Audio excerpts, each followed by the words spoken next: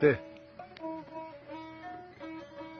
Göz açtım ki aylar iller ötsüz.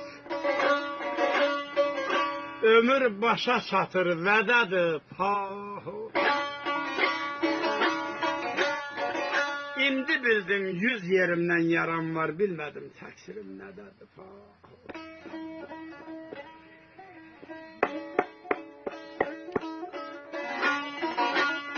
Gah dəriyə yendim, gah düzə çıxdım, gah özüm yıxıldım, gah da sən yıxdın. Min könül çimişdim, birini yıxdım, dedilər bir-birini ödədi pahu. Hakimsiz, məhkumsuz olmayıb zaman, olsaydı bir anda məhv olar cahan. Bir kəndin əhvalı keçirsə yaman, deməli ağası gədədir pahu. Bu əli çəkməsin, qəhər neyləsin? İşi düz getmirsə, təhər neyləsin? Təksir ilandadır, zəhər neyləsin? Haranı çalırsa zədədir, pahu.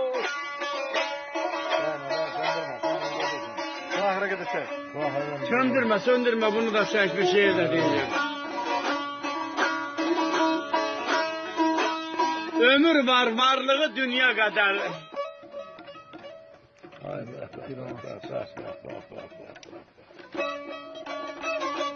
Ömür var, tək bir canlığa dəyməz. Ürək var, ay mötəbər, kainat sığışar ona. Ürək var, bir kəsik dırnağa dəyməz. Dünyada hamıya verilir qismət, kiminə mükafət, kiminə töhmət.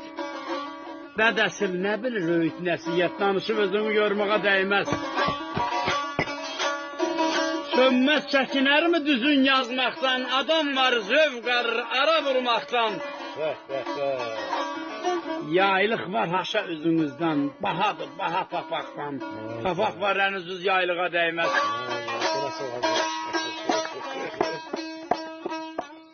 Yaşa, yaşa. Haydi, dayma.